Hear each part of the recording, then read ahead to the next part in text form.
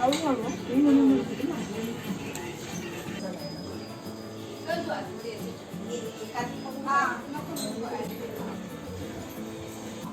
हे काय पाहुण्यांना लिंबू पाणी? हा, लिंबू पाणी बनवते.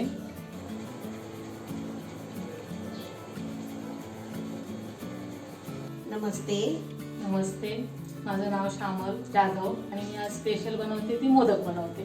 सुरुवातीला गॅस पेटवायचा, ह्या गिलासाने एक, आणि कमी जास्तीला थोडंसं मी काय करते, मला अंदाजा एवढा हे काही नसल्यामुळं मी परत गरम पाणी करते, बाजूला करून ठेवते आणि मग थोडंसं तेल, थोडंसं मीठ टाकते आणि मग कमी पडलं तर मग ते गरम पाणी केलेलं परत त्याच्यामध्ये ओतते. आता हे तुम्ही कसलं पीठ घेतलं? हे मोदकाचं पीठ घेतलं, तांदळाचं. असं आपल्याला बाहेर मिळतं हो ना? हो, बाहेर मिळतं. मोदक आटा. हां, सुवासिक तांदळाचं पीठ आहे. असं हे तुम्हाला किती वेळ पुरतं?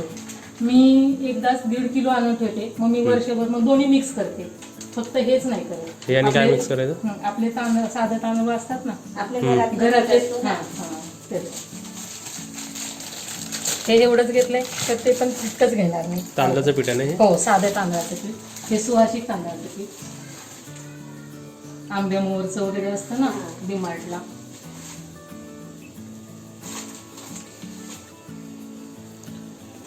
दोन्ही सेम घ्यायचे ना? हो हो. ह्याला अशी उकळी फुटली की मग मी काय करते, त्याला थोडंसं पाणी काढून घेते, कारण मला कमी जास्त असं वाटलं तर मग ते टाकायला आपल्याला सुकं मीठ वाटतं हा त्याच्यामध्ये हा पाणी ओतायचं. टाकायला. हा, 1 गिलास. पहिला सेफ साठी आपण काढून ठेवायचं तसं, हा. है ना? म्हणजे समज पातळ झालं तर ते मोदक होत नाही बरोबर, असा लिसपिचित होतो, असं त्याचा कडकपणा नाही येत आहे. तेलाचा अंदाज किती? तेलाचा अंदाज 1 चम्मच. हम्म. चवीनुसार मीठ.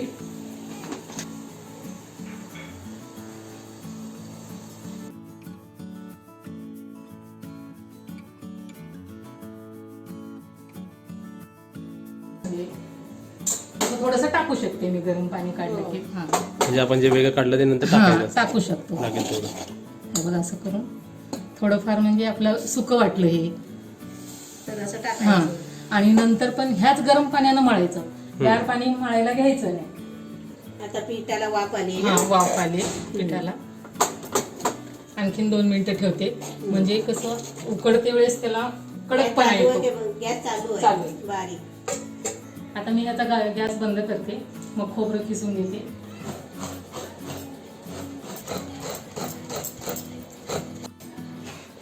मोदक बनवतात छान छान, खूप छान बनवतात.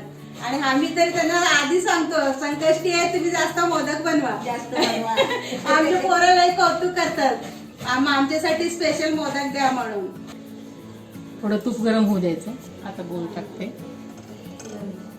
इकडे आपण 1 वाटी आणि 100 ग्राम घेतलंय. घेतलं. हा, हा एक मोठी 1 वाटी. मोठी 1 वाटी. हा, आणि हा 100 ग्राम गूळ. हम्म.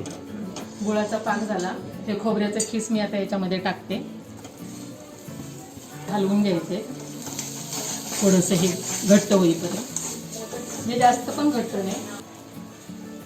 ही वेलची पावडर. हो, वेलची पावडर आहे. कोण कोण असं करतं की खसखस पण ज्यांना खायची आहे थंडीच्या दिवसात वगैरे, ज्यांना म्हणजे खायचं असतं, तर याच्यामध्ये थोडंसं खसखस पण भाजून टाकू शकतो, किंवा मावा. आता आपल्याला किती वेळ ठेवायचं? आता हे पूर्ण सुकेपर्यंत जरा, हे थोडंसं पाणी हे सगळं हे होईपर्यंत, म्हणजे त्याला कसा एक जीव होतो त्याचा. आणि असंच ठेवलं तर मग आपण पिठामध्ये जेव्हा घालतो तेव्हा पाण्यात जरा असं पिचपिचीत राहतात. हा, असं त्याला कडकपणा नाही, म्हणून हे पूर्ण पाणी. आणि मोदक शिजवल्यानंतर पण ते पाणी बाहेर होतं. हा, मी गॅस बंद केला आता.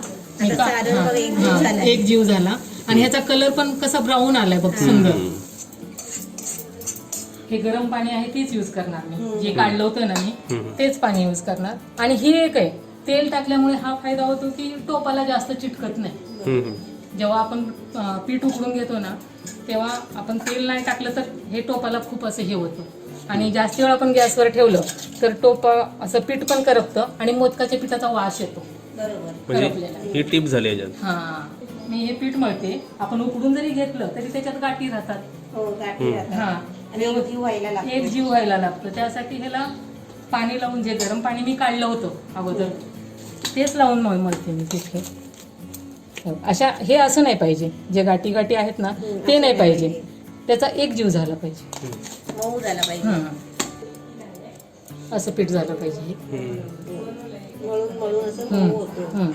कधी केळीचं पान नाही मिळालं एखाद्या वेळेस तर ही पण टिप्स आहे असू शकते की आपण कॉटनचा कपडा घ्यायचा, बरोबर ते पाण्यात भिजवायचं आणि ह्याच्यावर चाळणीत पाणी ठेवायचं. कसं साधं का गरम? साधं साधं साधं ना? गार पाणी चाळणीवर ठेवायचं, कारण असंच जर आपण डायरेक्ट चाळणीवर ठेवलं तर ते खाली चिटकतं.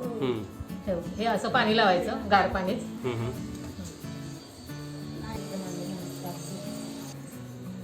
हे गार पाण्यात बुडवायचं म्हणजे ह्याला सुकत पण नाही. सुकत नाही आणि उकडलं की ते पटकन निघतो काढते वेळेस. आपण असं मम्मी पाण्यात टाकतो का आपण?